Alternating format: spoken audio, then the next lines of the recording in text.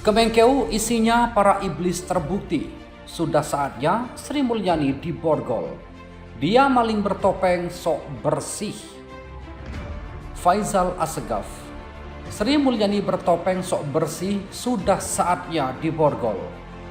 Melansir Gelora.co, mereka ini memang dilatih dengan kemampuan retorika, terlatih secara psikologi, memang terbiasa berbohong, dan diduga mengkonsumsi obat penenang, sehingga ketika muncul di ruang publik terlihat sangat tenang, seolah-olah bersih, seolah-olah tidak ada masalah pada dirinya. Itu semua penampakan dari sifat-sifat iblis yang dipelajari dalam ilmu keagamaan.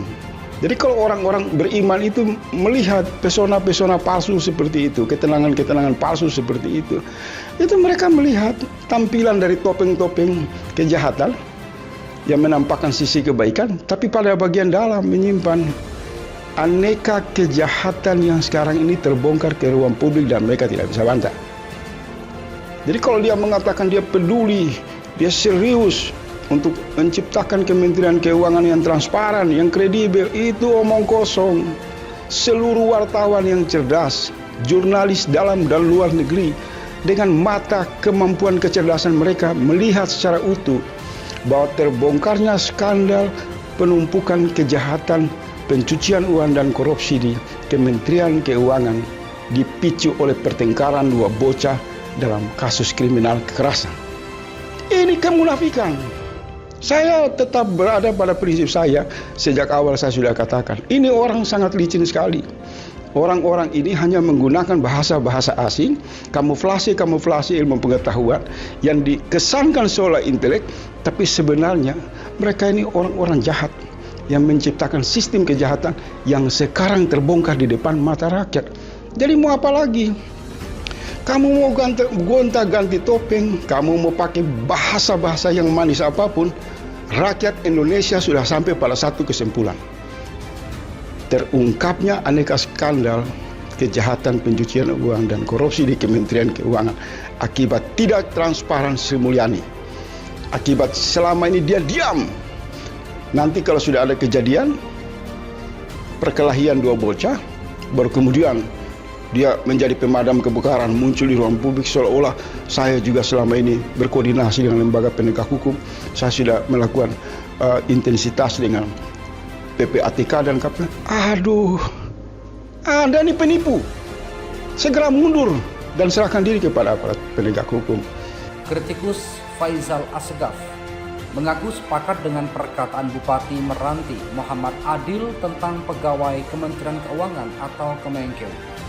Usai terungkap kasus mantan pejabat pajak Rafael Alun Trisambodo, pernyataan Muhammad Adil beberapa waktu lalu dikaitkan dengan dan diakui kebenarannya. Adil sempat memprotes soal dana bagi hasil atau DBH minyak di Kepulauan Meranti karena uang yang diperoleh tidak sesuai dengan banyaknya minyak yang diambil di wilayah tersebut.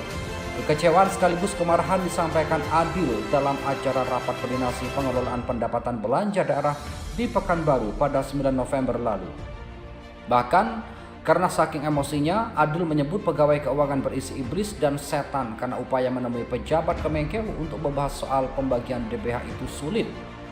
Sampai saya kejar ke Bandung orang Kemenkeu juga tidak dihadiri oleh yang kompeten.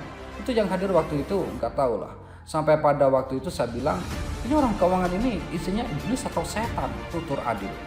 Menanggapi hal itu, Faisal menyadari bahwa tuduhan pegawai Kemenkeu berisi iblis dan setan terbukti dengan adanya transaksi mencurigakan hingga 300 triliun rupiah yang belum lama ini dibongkar oleh Menko Polhukam Mahfud MD.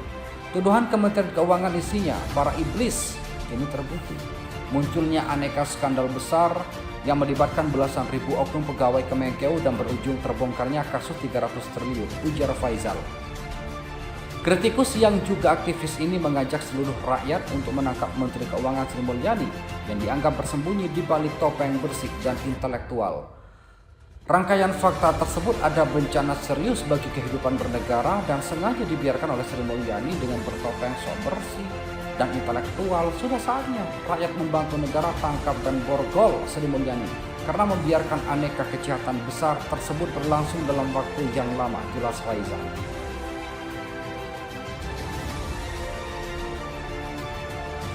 Sementara itu, heboh transaksi misterius 300 triliun rupiah di Kemenkeu. Jokowi diam 1000 bahasa, cuma bisa senyum doang. Presiden Joko Widodo atau Jokowi hanya diam 1000 bahasa saat ditanya soal aliran dana senilai 300 triliun rupiah di Kementerian Keuangan atau Kemenkeu yang sempat disebutkan oleh Menko Polhukam Mahfud MD beberapa waktu lalu. Jokowi sempat ditanya awak media ihwal aliran misterius itu saat dirinya meresmikan Modern Rice Milling Plant atau MRMP atau penggilingan modern padi di Sragen. Namun ex-wali kota Solo itu hanya tersenyum mendengar pertanyaan dari awak media tersebut. Tak hanya sekali ditanya, awak media kembali bertanya kepada Jokowi ihwal yang sama setelah dirinya berbincang-bincang dengan kelompok tani yang ikut acara peresmian MRMP. Namun lagi-lagi Jokowi tidak menjawabnya. Sebelumnya Menteri Keuangan atau Menkeu Sri Mulyani sempat bingung dengan angka transaksi mencurigakan 300 triliun rupiah tersebut. Ia mengatakan bahwa pihaknya baru menerima surat dari Pusat Pelaporan dan Analisis Transaksi Keuangan atau PPATK per hari ini. Pertama, surat itu baru saya terima tadi pagi, tapi karena sedang terbang ke sini, jadi saya belum lihat suratnya. Mengenai 300 triliun itu, terus terang saya tidak lihat. Di dalam surat itu nggak ada angkanya, jadi saya nggak tahu juga 300 triliun itu dari mana angkanya, kata Sri Mulyani. Sri Mulyani mengaku akan berkoordinasi lebih lanjut terkait kejelasan aliran dana tersebut dengan Menko Polhukam Mahfud MD dan Kepala PPATK Ivan Yustiavandana. Ya, tadi saya juga berkomunikasi sama Pak Mahfud dan Pak Ivan ya dari PPATK katanya. Sepulangnya dari Solo setelah mendampingi Presiden Jokowi, Sri Mulyani mengatakan akan melakukan komunikasi lebih mendalam dengan Mahfud MD dan Kepala PPATK Ivan Yustiavandana.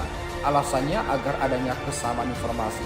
Nanti saya akan kalau kembali lagi ke Jakarta, saya akan bicara lagi dengan Menko Polhukam Pak Mahfud MD dan juga Kepala PPATK Pak Ivan. Angkanya tuh dari mana sehingga saya juga bisa punya informasi yang sama katanya. Menurut Sri, sejak tahun 2009 hingga 2023 sudah ada 196 surat yang disampaikan ke Kemenkeu. Bahkan sudah ada sebagian surat yang sudah ditindaklanjuti. Dari 2009 sampai 2022 atau 2023 ini ya itu ada 196 surat yang disampaikan. Sebagian yang sudah kita sampaikan follow up yang dilakukan oleh Inspektorat Jenderal. Kita juga sampaikan di situ ada yang dilakukan eksaminasi, ada yang memang kalau ya kasusnya memang terbukti maka dilakukan hukuman disiplin, ada yang sudah dicopot atau dikeluarkan, itu semuanya ada statusnya katanya. Kendati demikian, Menkeu tersebut mengatakan memang pihak PPATK sempat meminta masih ada 70 surat yang perlu diberikan keterangan lebih lanjut. Menurut Pak Ivan, masih ada 70 yang kita perlu untuk memberikan keterangan tambahan, kita akan sampaikan. Jadi, saya sampai hari ini baru menerima suratnya tadi pagi ini, katanya mengakhiri. Mohon kepada pihak terkait, pihak berwajib dan pihak yang bersangkutan untuk mengklarifikasi kebenaran berita ini. Kami hanya melansir dan memberitakan, Andalah yang memutuskan.